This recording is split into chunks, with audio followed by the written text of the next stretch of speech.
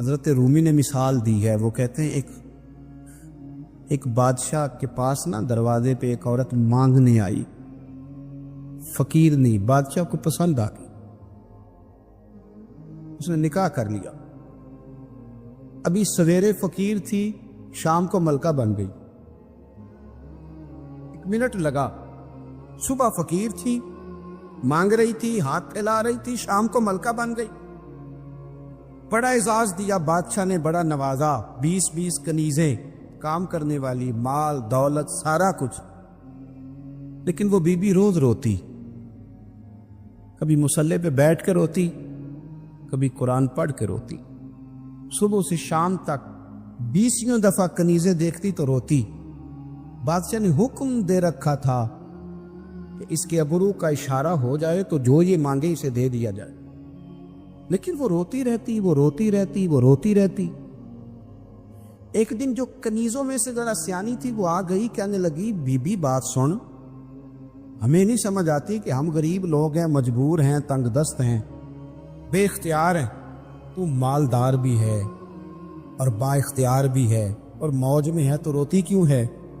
تو وہ کہنے لگی تمہیں پتہ نہیں میں کیوں روتی ہوں، میں جب پلٹ کے اپنا ماضی دیکھتی ہوں نا تو میں سوچتی ہوں کہ میں اس قابل نہیں تھی، اس نے نظر کرم کر دی ہے، تو اب سارا دن روتی رہتی ہوں کہ کہیں میرے سر کا سائیں ناراض نہ ہو جائے، میں اس قابل نہیں تھی، میں اس قابل نہیں تھی، پتہ تے سارا ہے نا سردار نو کیتی یہ پردہ چپایا ہی تیرا پلا اسی، یہ قابل نہیں تھی۔ اور پھر ان کنیزوں کو کہنے لگی سنگ سہیلیوں آؤ بیٹھو، میرے لیے دعا کرو کہ وہ جو میرے پر شفقت کرتا ہے وہ ہمیشہ مجھ سے راضی رہے، وہ کہیں ناراض نہ ہو جائے، وہ کہیں کسی جگہ پریشان نہ، کہیں کوئی ایسا معاملہ نہ بن جائے۔ اس یارو وہ جو ضرب والے لوگ تھے ان کا تو یہ سٹیٹس تھا کہ وہ روتے تھے، اور یہاں 2 نیکیاں کر کے زمانے کو بتانا، 2 خدمتیں کر کے تعریف مانگنا، اجر کا سوال کرنا۔ میرے رسول کریم علیہ السلام نے فرمایا صبح قیامت کچھ لوگ اللہ کے حضور حاضر ہوں گے، اے اللہ ہم حاجی تھے، نمازی تھے، سخی تھے، عبادت گزار تھے، تو اللہ فرمائے کہ کیا لینے آئے ہو؟ اللہ وہ مسجد بنائی، مدرسے میں تعاون کیا، فلاں شیخ کی نوکری کی، فلاں جگہ گئے، جلسہ کرایا، محفل کرائی، سرائے بنایا اور صاف پانی کا کنواں لگوایا، اور جناب ہم نے وہ فلانے کی، تو اللہ فرمائے گا میرے لیے تھوڑی کی تھی، جاؤ جن کو دکھانے کے لیے کی تھی ان سے جا کے اجر مانگو، تمہارا تو خیال تھا بابا ہو جائے، بلے بلے ہو جائے، اور مٹی دیں، مٹی رہنا ہی ایویں کادی بلے بلے، اج مٹی دے اتے بندیا تے کل مٹی دے تھلے۔ عجیب بات کرتے ہیں صاحب لوگ۔ حضرت انس بن مالک حدیث کے راوی، میری طرف دیکھیے گا، حضرت انس بن مالک حدیث کے راوی ہیں، توجہ کرنا۔ کہتے ایک بی بی حضور کے پاس آئی، اپنا علاقہ چھوڑ آئی، آ کے کھڑی ہوئی تو اس نے کہا حضور میں خاندان بھی چھوڑ آئی ہوں، سسرال بھی، میکا بھی، ننیال بھی، ددیال بھی، میں ہر ایک کو چھوڑ آئی ہوں، میں جائیداد والی تھی وہ بھی چھوڑ آئی ہوں، مال دولت بھی چھوڑ، ایک میرا بیٹا تھا جوان وہ میں ساتھ لائی ہوں، سونیا یہ آپ کی نوکری کرے گا اور میں حضرت فاطمہ کی ڈیوٹی کروں گی، میں حضرت عائشہ کے برتن دھویا کروں گی، میں بھی نوکری کروں گی، حاضر ہے۔ فرماتے ہیں رسول پاک نے بچہ اصحاب صفہ میں رکھ لیا، اصحاب صفہ میں، اور بی بی کو نبی پاک صلی اللہ علیہ وسلم نے عورتوں کے ساتھ متعین کیا۔ حضرت انس کہتے ہیں وہ نوجوان بڑا پیارا، بڑا میٹھا، بڑا دھیما، بڑا وفاشار، وہ سبق اچھی طرح یاد کرتا، وہ نماز دلچسپی سے پڑھتا، وہ حضور کی باتوں کو غور سے سنتا، وہ رسیلا، وہ سنجیدہ، وہ کم گو، وہ میٹھا، وہ پیارا۔ کہتے ہیں بڑی دلکشاں طبیعت، اس کی مقناطیسی سی شخصیت، طبیعت کھنچی چلی جائے اس کی طرف، بڑا حسین و جمیل وہ نوجوان۔ اس ماں بیٹے کے تذکرے ہونے لگے کہ بڑی جائیدادیں چھوڑ کے آئے، بڑے مال والے، انہوں نے بڑی قربانی دی ہے، ہر رشتہ ناتا توڑ کے رب رسول سے یارانہ لگایا ہے، اللہ بڑا بے نیاز ہے۔ وہ بچہ بیمار ہو گیا، شدید علیل ہوا۔ حضرت انس بن مالک فرماتے ہیں ہم قریب جا کے بیٹھے تیمارداری کرنے تو اتنا علیل ہوا کہ اس کا وجود کانپنے لگا۔ کہتے ہیں کچھ ہی دیر گزری تو اس نے کلمہ پڑھا، روح پرواز کر گئی، روح پرواز کر گئی، سننا روح پرواز کر گئی۔ کہتے ہیں نبی پاک صلی اللہ علیہ وسلم کو بلایا، حضور آئے تو آنکھوں میں آنسو، نبی پاک صلی اللہ علیہ وسلم نے سر پہ ہاتھ پھیرا، اور پہلے حضور نے جملے ارشاد فرمایا تم غسل دو، کفن دو، میں خود اس کا جنازہ پڑھاؤں گا۔ پھر حضور نے فرمایا نہیں، اسے غسل نہیں دینا۔ ارادہ بدل گیا، پروگرام تبدیل ہو گیا، اسے غسل نہیں دینا، کفن نہیں دینا۔ حضور کیا کرے؟ فرمایا اس کی اماں کو جا کے بتاؤ۔ یہ نہیں فرمایا بلا کے لاؤ، اماں کو جا کے بتاؤ۔ حضرت انس کہتے ہیں میں نے کوئی نرالا سے رنگ دیکھا، کوئی منفرد سا انداز دیکھا، ہمیں بھیج دیا اماں کو بلاؤ، اور خود نبی پاک اس کمرے سے نکل گئے اور حضور کی آنسو بھی یکدم خشک ہو گئے، مزاج بدل گیا، پریشانی بدل۔ اماں کو بلاؤ اس کی۔ تنی ارادہ محبوب کیا ہے، ارادہ خدا کیا ہے؟ کہ اس کی اماں کو جا کے خبر دی، اماں کو کہا تیرا بیٹا۔ اماں ذرا دوڑی، گری، پھر اٹھی، پھر گری، پھر اٹھی، پھر گری، روتی ہوئی آئی۔ کہتے ہیں پیچھے وہ روئی، لیکن جب بیٹے کی میت کے قریب آئی تو اب نہیں روئی۔ کہتے ہیں ہمارے چہروں پہ نظر دے ڈالی اور کہنے لگی تمہارا کلاس فیلو فوت ہو گیا ہے؟ واقعی چلا گیا ہے؟ کہاں؟ پردہ کر واقعی؟ کہاں؟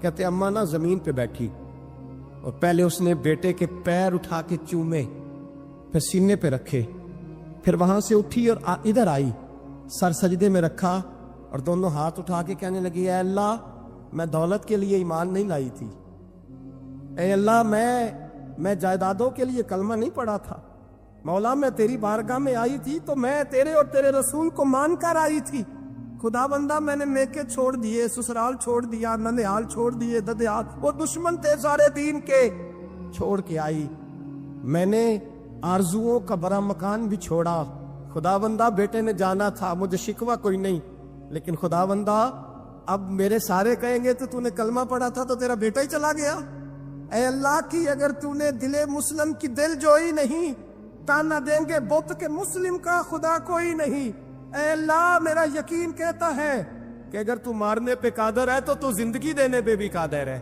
خدا بندہ کافروں کو راضی نہ کر، وہ خوش ہو جائیں گے، وہ مجھ پہ تانے کسیں گے، پھپتیاں کسیں گے، اے عرش کے مالک رحمت کا دروازہ کھول، میں تیرے نبی کی بارگاہ ناز میں رہتی ہوں، نظر فرما۔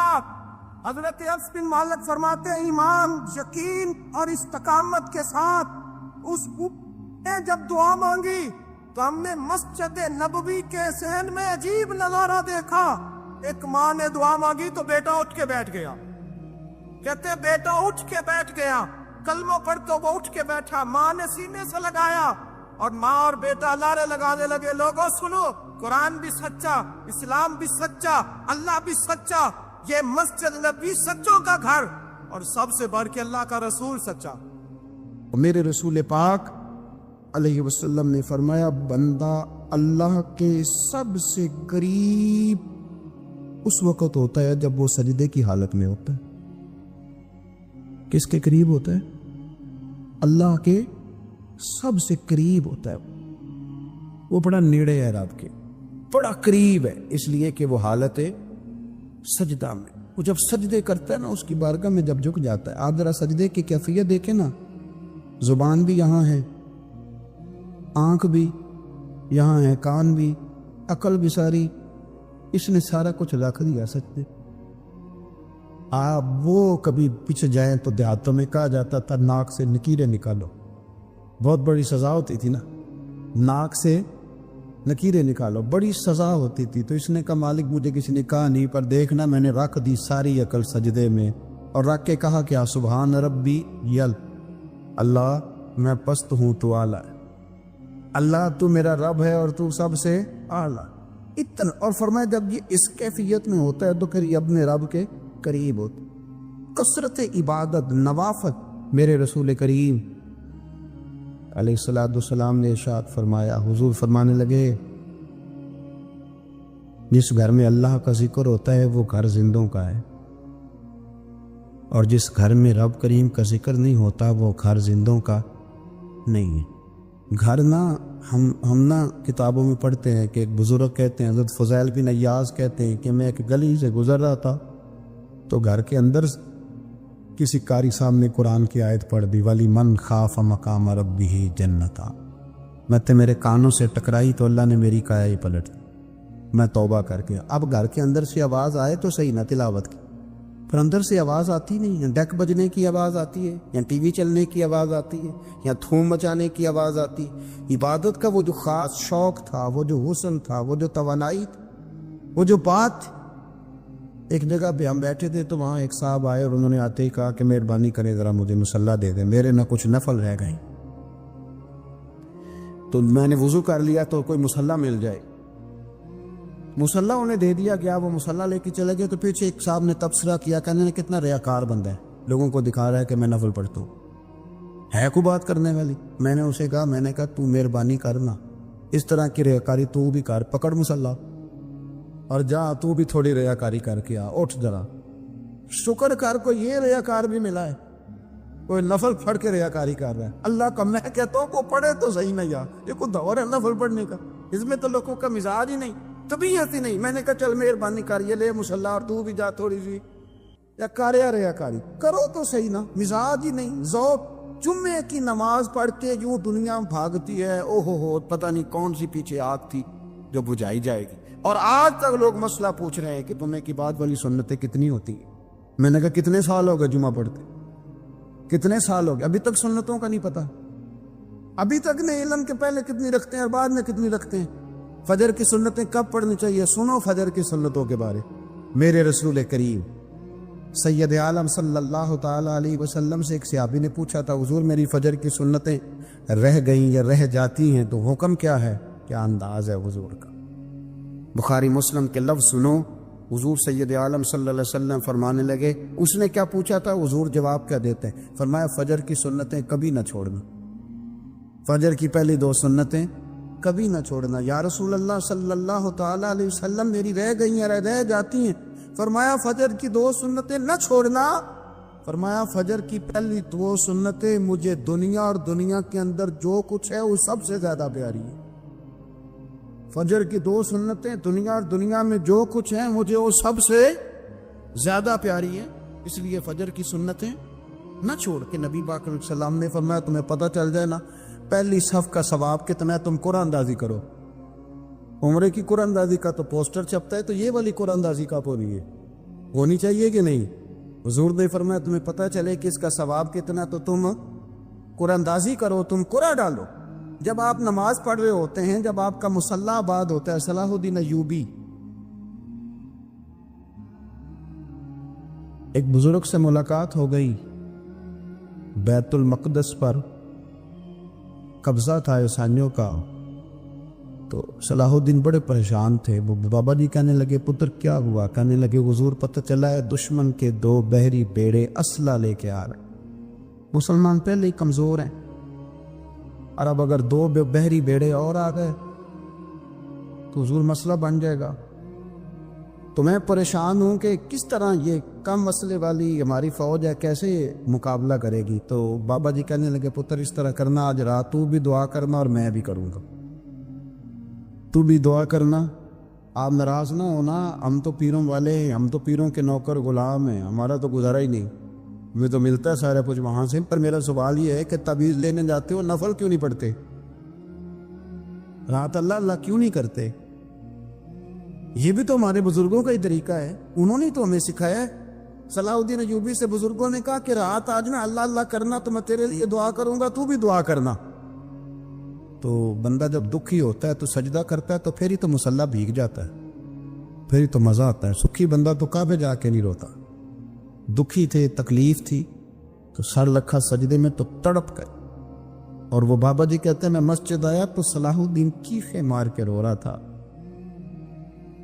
اور کہہ رہا تھا مالک میں کوئی اپنی شان کے لیے تو نہیں لڑ رہا، اللہ کو میں کوئی قبضوں کے لیے تو نہیں لڑ رہا، مالک تیرے لیے لڑ رہا ہوں، مجھے بے آبرو نہ کرنا، میری مدد فرمانا۔ کہتے میں آیا تھا کہ مسجد میں دعا کروں گا، پر صلاح الدین ایوبی کو روتے دیکھا تو میں لوٹ گیا۔ تو سویرے صلاح الدین ملے تو بڑے خوش تھے۔ میں نے کہا پتر کیا ہوا؟ کہنے لگے حضور وہ بحری بیڑے 2 آ رہے تھے نا اسلحہ لے کے، دونوں ڈوب گئے، پانی میں ڈوب گئے۔ تو بابا جی کہنے لگے صلاح الدین وہ پانی میں نہیں ڈوبے، وہ تیرے آنسوؤں میں ڈوب گئے، وہ غرق ہو گئے، وہ جو تو نے مصلی بات کیا تو وہ تیرے آنسوؤں میں ڈوب گئے، وہ غرق ہو گئے، وہ تباہ اتنے قیمتی تھے، تیرے آنسو کے بہا لے گئے دشمن کے بحری پیڑوں کو۔ میرے بھائی ٹھیک ہو گیا، میرے عزیز سمجھ لیں اس بات کو ہمیشہ کے لیے، اور اس پر غور کرنے اچھے طریقے سے کہ میرے رسول کریم سید عالم صلی اللہ علیہ وسلم نے نا ہماری توجہ دلائی، حضور نے ہمیں بتلایا، ہمارا ذوق پڑھایا عبادت کی طرف۔ ایک صحابی تھے حضرت ابو فاطمہ رضی اللہ تعالیٰ عنہ، یہ ترمذی شریف کی حدیث ہے۔ نبی پاک علیہ السلام نے فرمایا ابو فاطمہ قیامت کے دن مجھ سے جلدی ملنا چاہتے ہو کہ دیر کے ساتھ؟ تو کہنے لگے حضور کون ہوگا جو دیر سے ملنا چاہے؟ قیامت کے دن آپ سے جلدی ملنا ہے۔ تو نبی پاک علیہ السلام نے فرمایا پھر اس طرح کرنا، دنیا میں رہ کے سجدے زیادہ کرنا، پھر سجدے زیادہ کرنا، قیامت میں ملاقات جلدی ہو جائے، قرب ملے گا تمہیں۔ اپنے بچوں کے اندر دیکھیں نا، ہم شوق پیدا کرتے ہیں، ہمیں صحیح لفظ نہیں بولنے آتے پر ہم بچوں میں شوق پیدا کرتے ہیں کہ پتر ڈاکٹر بن جائے گا تو بڑا نفع کرے گا، تو لوگوں کی خدمت کرے گا، ملک و ملت کی خدمت کرے گا، تیرے ابا کا نام روشن ہوگا، تیرے دادا کی تعریفیں ہوں گی۔ ہم یہ ذوق پیدا کرتے ہیں، ہم اپنے نوجوانوں کے اندر یہ فکر پیدا کرتے ہیں، انہیں ہم سمجھاتے ہیں کہ میاں جب تم پڑھو گے، محنت کرو گے تو فلاں آدمی کی طرح تمہارا نام ہوگا۔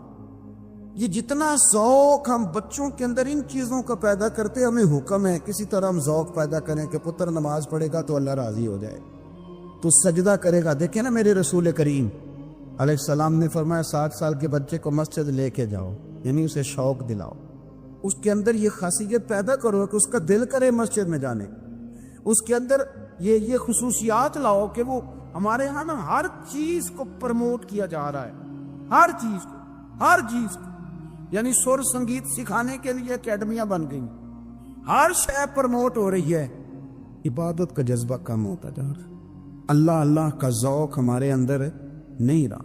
اور اتنا مشکل ہم نے اپنے لیے بنا لیا ہے کہ وہ بندہ جو بڑی زبردست مذہبی گفتگو کر رہا تھا اور تگڑی بات کر رہا تھا، کیا بات ہے، لیکن نماز کے بارے میں کمزوری دکھا جاتا ہے، نوافل کے بارے میں وہ چپکے سے نکل جاتا ہے۔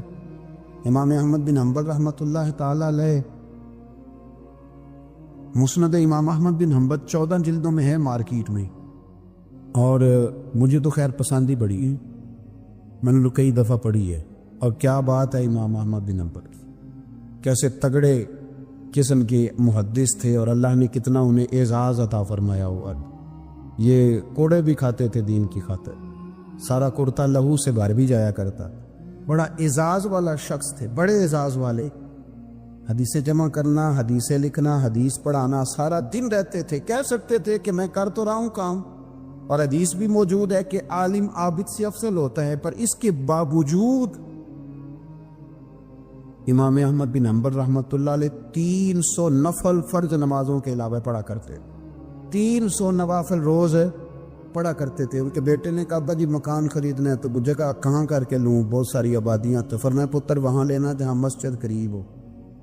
میرے رسول کریم سید عالم صلی اللہ علیہ وسلم اتنا پسند کرتے مسجد کو، اتنا پسند کرتے نماز کو، کہ رسول کریم صلی اللہ علیہ وسلم تہجد کی نماز بھی پڑھتے، پھر حضور فجر کی نماز بھی پڑھتے، نبی پاک وتر کو الگ کر کے پڑھتے، شاہ کے ساتھ نہیں پڑھتے۔ یہ تو ہمیں سے یہ اجازت دی ہمارے بزرگوں نے کہ بعد میں اٹھے گا کون علیحدہ وتر پڑھنے کے، عشاء کے ساتھ پڑھ لیں، وتر پڑھتے، تہجد پڑھتے، فجر پڑھتے، اشراق پڑھتے، چاشت پڑھتے، پھر مغرب کی نماز کے بعد 6 رکعت اوابین پڑھتے، پھر رات کو صلاۃ اللیل پڑھتے۔ سیدہ عائشہ صدیقہ کہتی ہیں زمانہ سو جاتا اور میرے رسول مصلی بچھا کے کھڑے ہو جاتے، او یار کھیتی باڑی کر کے نہیں، محنت مزدوری کر کے نہیں۔ جناب عائشہ کہتی ہے میں یہ بھی دیکھتی کہ حضور ایک آیت شروع کرتے تو ساری رات اسی کو پڑھتے، اور میری نظر جاتی تو قدم مبارک پہ ورم آ جاتا۔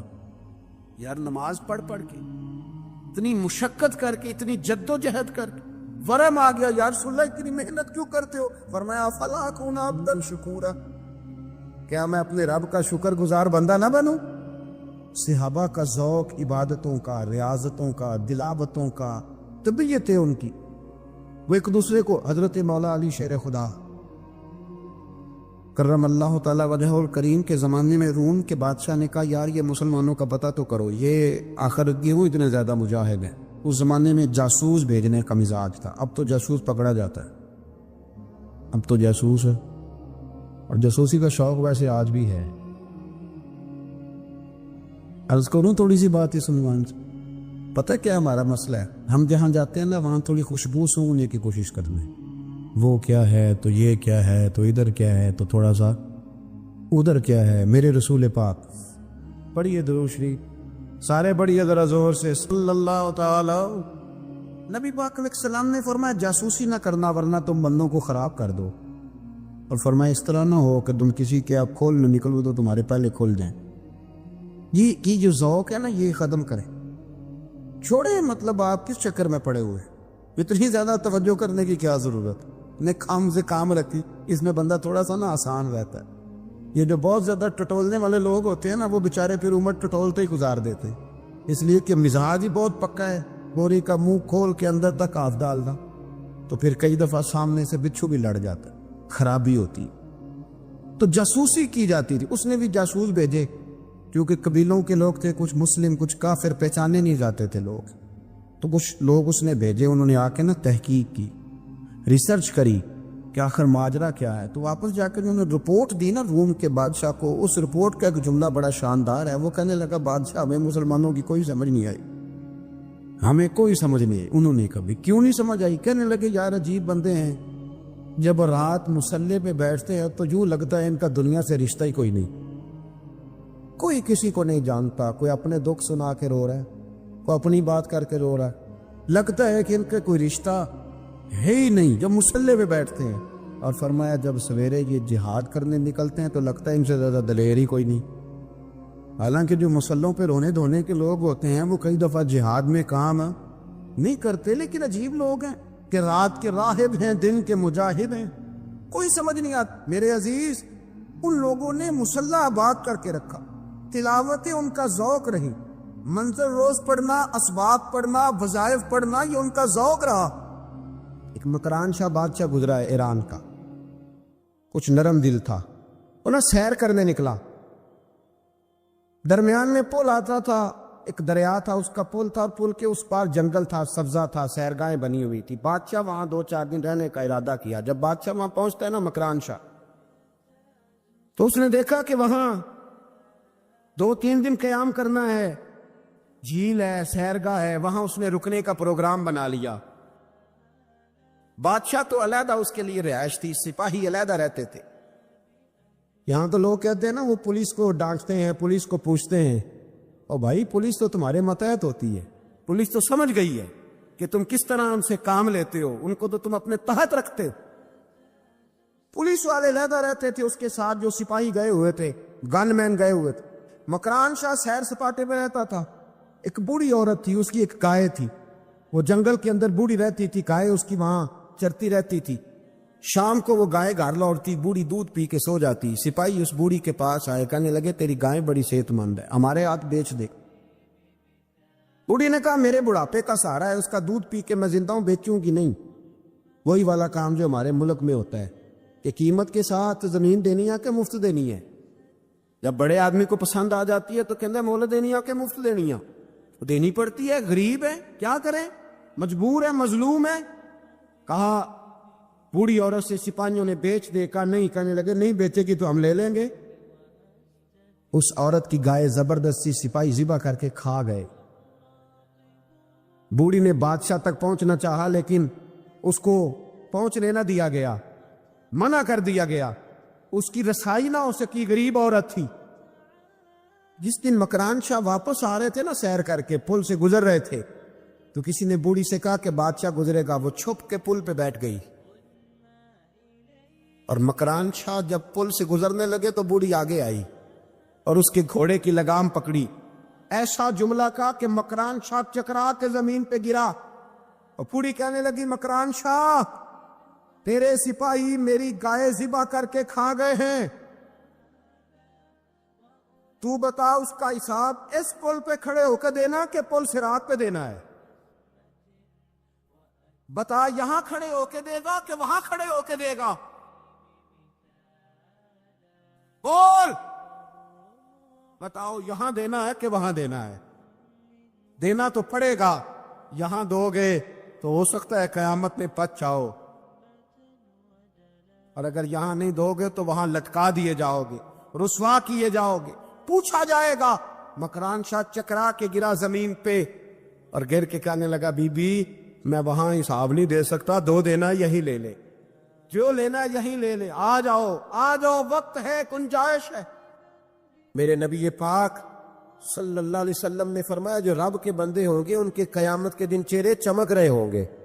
تو یا رسول اللہ صلی اللہ علیہ وسلم اس کے علاوہ بھی کچھ بندے ہیں؟ فرمایا لعن عبد الدنیا وعبد الدرہم، فرمایا کچھ دنیا کے بندے ہیں، کچھ درہم کے بندے ہیں، ترجمہ یوں کر لو کچھ ڈالروں کے بندے ہیں۔ یہ حدیث مشکات میں موجود ہے، ڈالر کے، ریال کے، لاکھ کے، کروڑ کے بندے۔ حضور وہ کون ہے؟ فرمایا لعن عبد الدنیا وعبد الدرہم، جو دنیا کا اور دولت کا بندہ بنے وہ لعنتی ہے، ملعون ہے۔ یہ خدا کا بندہ رہا ہی نہیں، یہ پیسوں کا بندہ بن گیا ہے، دولت کا بندہ بن گیا ہے، اس کا معیار بدل گیا ہے۔ حضرت سالم بن عبداللہ بن عمر حضرت عمر فاروق کے پوتے تھے، کعبے کا طواف کر رہے تھے، طواف مکمل ہوا، 8واں استلام کر کے مقام ابراہیم کے پاس نماز پڑھنے لگے تو خلیفہ وقت کا آ گیا، گورنر۔ السلام علیکم کے بعد اس نے فوراً بات چھیڑی، کہنے لگا حضور کوئی حکم ہو تو بتائیے گا۔ تو آپ کہنے لگے تو بڑا ہی بیوقوف ہے یار، تجھے کس نے گورنر بنایا؟ بڑا تو بیوقوف ہے، تجھے تو سلیقہ ہی نہیں بات کرنے کا۔ حضور کیا ہوا؟ فرمانے لگے خدا کے گھر میں آ کے اور کعبے کے سامنے کھڑے ہو کے میں بندوں سے سوال کروں، یہاں کے بھی بندوں سے مانگوں، تو بڑا ہی بیوقوف ہے۔ سامنے اس کا گھر ہے، سامنے اس کا گھر ہے بیت اللہ اور حجر اسود اور مقام ابراہیم اور مقام ملتزم، اور یہاں بھی میں بندوں سے مانگوں؟ کہتا ہے مجھے بھی کبھی کسی نے ڈانٹا نہیں تھا، میرے بھی پیروں تک پسینہ نکل گیا، تو میں مسجد الحرام سے باہر نکل کے، یوں سمجھ لیں کہ جب لوگ باب عبدالعزیز سے یا باب فہد سے باہر آ جاتے، کہتے ہیں باہر نکل کے نا میں کھڑا ہو گیا، میں نے کہا چلو فارغ ہو کے آتے ہیں تو بات کرتا ہوں۔ حضرت فارغ ہو کے آئے تو میں نے کہا حضور اب تو بیت اللہ سامنے نہیں، اب بھی کوئی سوال کرے؟ تو فرمانے لگے اچھا ضروری ہے؟ کہا حضور ضروری ہے۔ تو فرمانے لگے چل پہلے بتا تجھ سے دین مانگوں کہ دنیا مانگوں، بول۔ تو کہنے لگا حضور میرے پاس تو دنیا ہی ہے، دین تو آپ کے پاس ہے۔ جب یہ جواب دیا تو حضرت سالم چلنے لگے اور چلتے چلتے فرمانے لگے جا اپنا کام کر، دنیا تو میں نے اس سے کبھی نہیں مانگی جس نے دنیا بنائی ہے، میں نے اس سے نہیں کبھی مانگی، تو تو کیا حیثیت رکھتا ہے؟ میں نے تو اس سے بھی جب بھی مانگا ہے یا اس کا قرب مانگا ہے یا اس کے رسول کی غلامی مانگی ہے، تو اس سے نہیں مانگتا جس نے بنائی ہے، تو کیا دے سکتا ہے؟ تیری کیا حیثیت ہے؟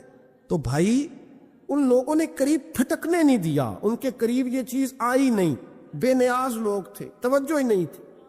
حضرت محبوب سبحانی غوث اعظم شیخ عبد القادر جیلانی رضی اللہ تعالیٰ عنہ، آپ ایک کاروبار بھی کرتے تھے، تو آپ کا کچھ مال آ رہا تھا جہاز کے ذریعے، ایک بندے نے خبر دی کان میں حضور جہاز ڈوب گیا، فرمانے لگے الحمدللہ الحمدللہ، ڈوب گیا جناب۔ یہاں جہاز ڈوب جائے تو بندہ بھی ڈوب جاتا ہے۔ کہتے ہیں صاحب انتقال کر گئے، 10 لاکھ کا نقصان ہو گیا تھا، مال ڈوب گیا پورا جہاز ہی۔ فرمایا الحمدللہ، اور تم نے جلدی کی خبر دینے میں سبق پڑھا رہا تھا، کیوں مجھے دخل اندازی دی تم نے میرے کام میں، کیوں دخل اندازی کی؟ سب الحمدللہ۔ تھوڑی دیر کے بعد اس نے پھر کان میں کہا حضور وہ غلط خبر تھی، جہاز بچ گیا۔ فرمانے لگے الحمدللہ۔ پھر شاگردوں سے کہنے لگے میرا چہرہ دیکھ رہے تھے پہلی خبر کے بعد بھی، اس خبر کے بعد بھی؟ کہا حضور دیکھ رہے تھے۔ فرمایا کوئی تبدیلی تو نہیں آئی؟ کہا حضور نہیں۔ فرمانے لگے شکر الحمدللہ، رب نے میرا دل دولت سے نہیں جوڑا، اپنی ذات کے ساتھ جوڑ کے رکھا ہوا ہے، تبدیلی تو نہیں آئی۔ یہاں تو ٹینشن ہی ٹینشن ہے، ڈپریشن ہی ڈپریشن، اور بات کس کی ٹینشن ہے؟ پیسے کوئی نہیں، دولت کوئی نہیں، کوئی چکر چل جائے نا کبھی، اس سے بھی کبھی پوچھ جس کے پاس ہے وہ تجھ سے زیادہ غریب ہے، اس سے کبھی پوچھ وہ تجھ سے زیادہ آزمائش میں ہے۔ غریب شہر تو فاقوں سے مر گیا، لیکن امیر شہر نے ہیرے سے خودکشی کر لی، اس کو بھی تو پوچھ اس کا کیا حال ہے۔ دانش منداں دا کم نہیں، دل دنیا نہ لانا، اس ووٹی کئی خامد کیتے، تو جو کیتا سو کھانا۔ یہ تو کام ہے اس کا، بڑے آئے بڑے چلے گئے، بڑے آئے بڑے نکل گئے، توجہ ہی نہیں، میاد ہی نہیں۔ حضرت مولا علی شیر خدا، علی المرتضیٰ، امام الاولیاء، صاحب صدق و صفا، داماد مصطفیٰ صلی اللہ علیہ وسلم، اسد اللہ، حضرت علی شیر خدا رضی اللہ تعالیٰ عنہ کوفے کے چوک میں کھڑے تھے تو کہہ رہے تھے یار میری نا طامت پرانی ہو گئی ہے، یہ میں نے زرہ بیچنی ہے، کوئی بندہ مجھ سے خرید لو تاکہ میں نئی طامت لے لوں۔ ایک بندہ کان میں کہنے لگا حضور طامت کے پیسے بھی نہیں۔ فرمانے لگے پیسوں کو چھوڑ، علی کا سینہ دیکھ، اللہ نے ایمان کی دولت سے بھرا ہوا ہے۔ پیسے اہمیت نہیں رکھتے، ان کی وہ اہمیت نہیں جو دنیا نے بنا لی۔ فرمایا ضرورت نہیں تھی، اب ذرا احساس ہوا ہے کہ زیادہ ہی پھٹ گیا ہے، پردہ نہیں صحیح طرح پورا کرتا، تو میں نے کہا چلو زرہ بیچ کے نیا لے لے۔ ضرورت نہیں، مزاج نہیں، طبیعت نہیں، انہوں نے ماحول نہیں بنایا۔ ہمارے تو حد ہو گئی، اتنا بری حالت ہے کہ ناقابل برداشت۔ حضرت عمر فاروق رضی اللہ تعالیٰ عنہ صحابہ نے مسجد نبوی میں بیٹھ کے میٹنگ کی۔ عمر کی تنخواہ بڑی تھوڑی ہے مال غنیمت میں سے، اب تو عمر کے پوتے بھی ہیں، نواسے بھی ہیں، رشتہ داریاں بھی ہیں، تعلق بڑھ گئے ہیں، اور عمر فاروق بوڑھے بھی ہو گئے۔ میٹنگ ہو رہی مسجد میں، اس طرح کریں کہ عمر کا کچھ تھوڑا سا نا مشاعرہ، کچھ تنخواہ، کچھ خدمت، کچھ وظیفہ بڑھا دے۔ بات طے ہو گئی، جب مکمل ہو گئی تو کہنے لگے یہ بتاؤ شیر سے بات کس نے کرنی ہے؟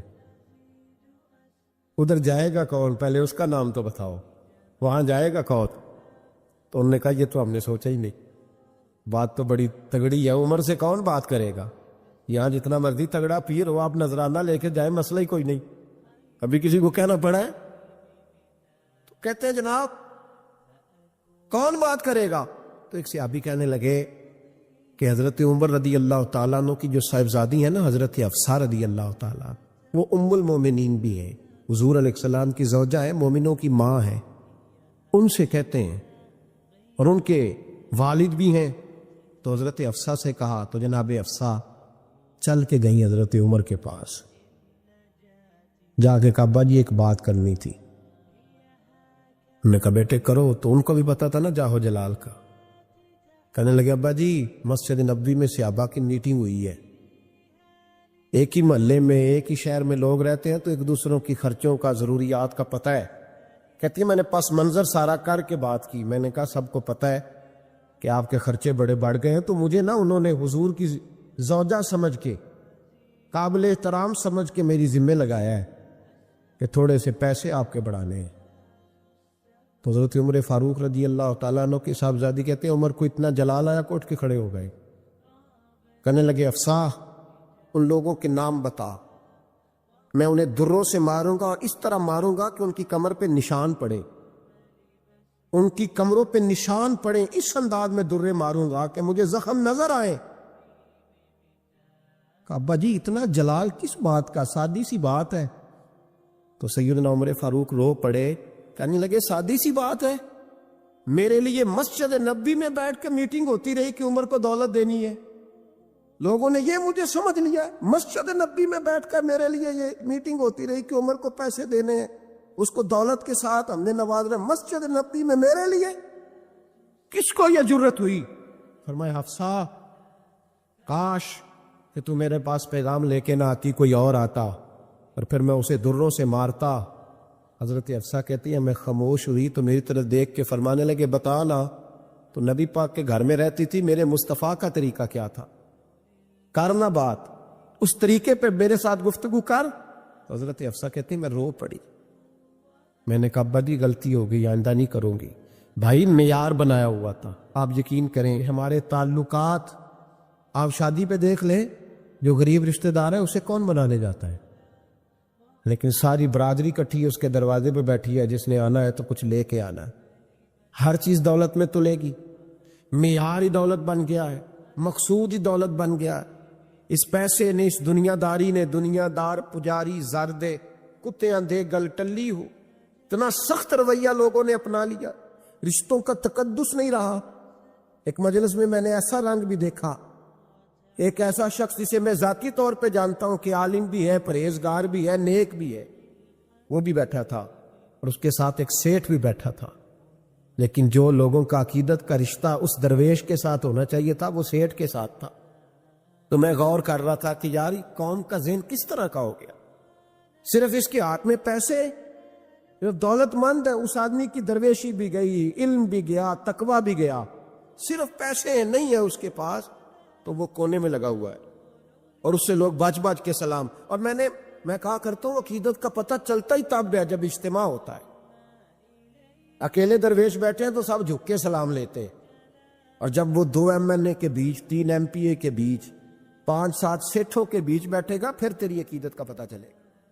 پھر پتہ چلے گا تیرا اللہ کے بندے سے رشتہ کس طرح کا ہے اور دولت کے بندے کے ساتھ رشتہ کس طرح. ہمارے رویوں کے اندر یہ فرق ہے کہ ہم اس وقت آدمی کو تولتے ہیں کہ اس کے پاس دولت کس طرح کی ہے. وقت کے امیر تھے حضرت عمر بن عبدالعزیز. توجہ ہے میری بات پر؟ حضرت عمر بن عبدالعزیز بادشاہ تھے. اب ہم لوگوں نے بھی بچوں کا بہانہ لگایا ہوا ہے نا، بازی وہ میں چاہتا ہوں بچوں کا کچھ بن جائے، تو بچے بالغ ہو گئے تو کرا نا رجسٹریاں ان کے نام، فارغ ہو جاؤ، آ جاؤ مسجد میں چھوڑو. لیکن پھر بھی کنجیاں دینے کو دل نہیں کرتا. پھر بھی بابا جی کی پیالیوں سے مرنے کے بعد پیسے نکلتے ہیں، پھر بھی ان کے تکیے کے بیچ سے بھی کچھ وہ نوٹ نکل آتے ہیں جو اب چلتے بھی نہیں. گزر گیا زمانہ، یہ لگتے ہی نہیں. بزرگ ناراض نہ ہو جائیں، لیکن جو بات کر رہا ہوں بہرحال اس کے پیچھے کچھ پس منظر ہے. یہ بھی بہانہ ہے. بینک بیلنس اپنے نام، زمین جائیداد ساری اپنے نام، اور کمائی کس کے لیے کر رہا ہے؟ بچوں کے لیے. نام کس کا لے رہا ہے؟ بچوں کا. یہ کس طرح کا بچوں؟ بہانہ نہ لگاؤ، صاف کہو کہ اپنے لیے کما رہا ہوں. میرے رسول پاک سید عالم نور مجسم صلی اللہ علیہ وسلم نے جو لوگ تیار فرمائے، نیند تو نہیں آ رہی آپ حضرات سے؟ نبی پاک نے جو لوگ تیار فرمائے، حضرت کعب بن مالک رضی اللہ تعالی، حضور نے فرمایا چلو تبوک پہ میرے ساتھ، سارے چلو، سب تیار ہو گئے. حضرت کعب بن مالک فرماتے ہیں مجھے گھوڑا بڑا دوڑانا آتا تھا، نیزہ بڑا چلانا آتا تھا، تلوار کا میں بڑا دھنی تھا، میں مالدار بھی تھا، میرے پاس بڑی وسائل تھے. حضور چلے گئے تو میں نے، یہ بخاری ہے، فرماتے ہیں میں نے سوچا کہ میں چلا جاؤں گا، کل میں گھوڑا دوڑاؤں گا، میں نے پیچھے پہنچ جانا، پرسوں چلا جاؤں گا، ترسوں بس سستی ہو گئی، نہ جا سکا. فرماتے ہیں وقت بیت گیا، حضور چلے گئے، آج جاتا ہوں کل چاہتا ہوں، اسی میں حالات سارے گزر گئے، حتیٰ کہ اللہ کے رسول واپس آ گئے. فرماتے کچھ بوڑھے تھے جو نہ جا سکے، اور کچھ منافق تھے جو حضور کے ساتھ جہاد پہ نہ جا سکے. آپ فرماتے میں جوان بھی تھا، تیر انداز بھی تھا، اور دنیا عرب سارا جانتا تھا کہ مالدار بھی ہے، اللہ تعالیٰ کی دی ہوئی بڑی نعمتیں تھی. میں نہ گیا، اور ہو غلطی گئی، سستی گئی. فرماتے حضور مدینے میں آئے، جب مسجد نبی میں بیٹھے تو منافق آ کے بہانے کرنے لگے. کوئی کہنے لگا بچی بڑی بیمار تھی، کوئی کہنے لگا حضور کل ہی صحیح ہوا ہوں. فرماتے مجھے بھی پتا تھا، اور پتا مصطفیٰ کو بھی تھا جھوٹ بول رہے، حضور کو پتا تھا، پر وہ بہانے کرتے، حضور قبول کرتے. میں چلو جاؤ. کہا فرماتے 1 منٹ کے لیے مجھے بھی وسوسہ آیا کہ کوئی بہانہ نہ کر دوں، لیکن پھر میں نے سوچا بہانہ کس کے سامنے کروں جسے اللہ تبارک و تعالیٰ نے نبوت کی آنکھ عطا فرمائی ہوئی ہے، اس محبوب کے سامنے بہانہ. اس خیال آیا مسلمان نیک و بد پہچان جاتے ہیں، محمد آدمی کے دل کی بات جان جاتے، کدھر بہانہ کروں؟ حضور کو تو سارا پتہ ہے. فرماتے میں گیا، حضور نے پوچھا کیوں نہیں آئے، اور پوچھا بھی مسکرا کے، کیوں نہیں آیا؟ مسکرا کے پوچھا. فرماتے میں نے سچ سچ بولا. میں نے کہا یا رسول اللہ سستی ہو گئی، حضور غلطی ہو گئی. جو بہانے لگا رہے تھے ان کو آزادی مل گئی، اور مکتب عشق کا دستور نرالا دیکھا، اس کو چھٹی نہ ملی جس نے سبق یاد کیا. فرماتے ہیں ان کو چھٹی مل گئی. میں نے کہا حضور غلطی ہو گئی، تو نبی پاک نے فرمایا اس سے کوئی بندہ کلام نہ کرے، خبردار میرے ساتھ بھی گفتگو نہ کرنا.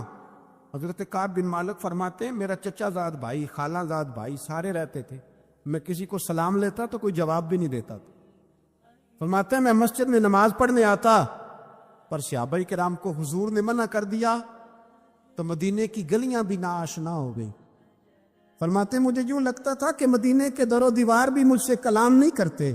میں وہاں دعا منگیا کرو سنگیو کتے مرشد نہ رس جاوے، اے جنہاں دے پیر رس جاندے او جیوندے ہی مرے رہندے. کہا اس طرح لگا کہ جیسے اولاد بگڑ گئے سارے میرے حق میں.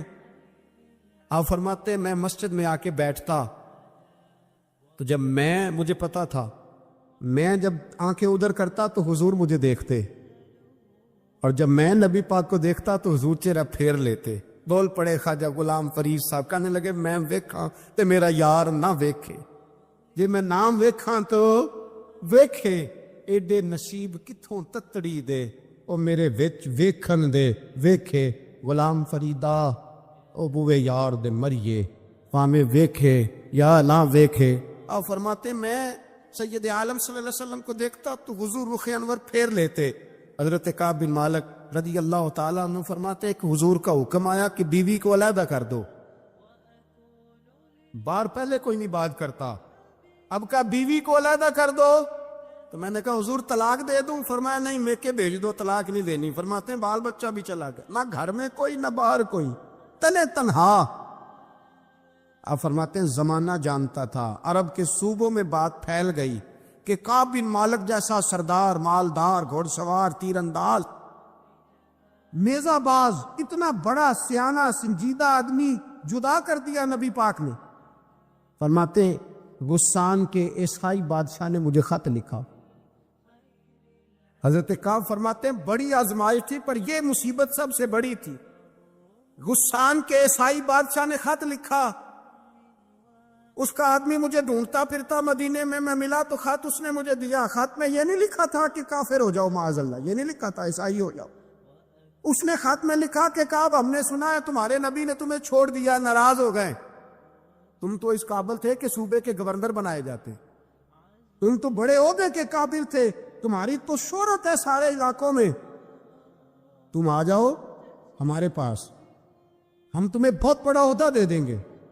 حضرت کعب بن مالک فرماتے ہیں اب میری چیخیں نکلی, اب میں تڑپ کے رویا.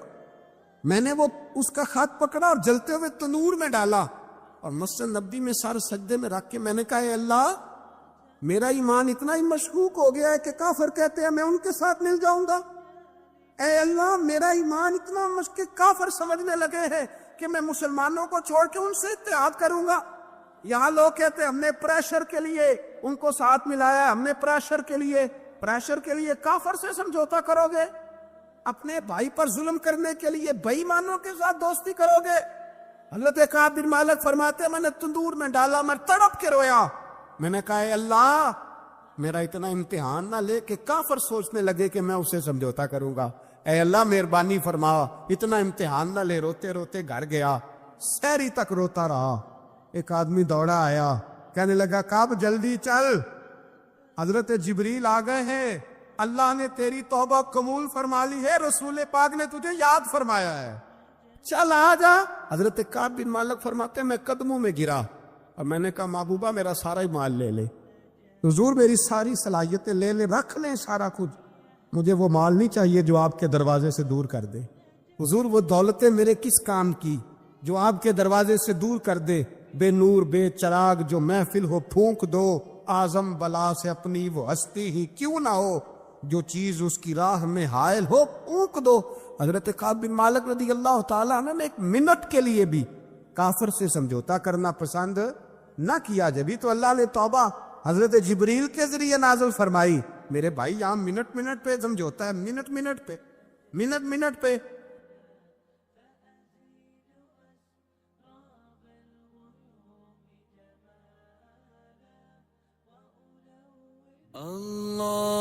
اللهم صل على سيدنا محمد النبي الأمي وعلى آله وصحبه وسلم.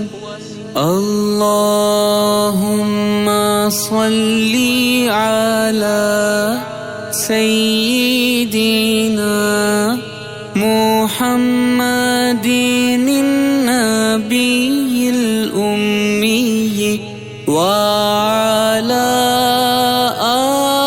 آله وصحبه وسلم.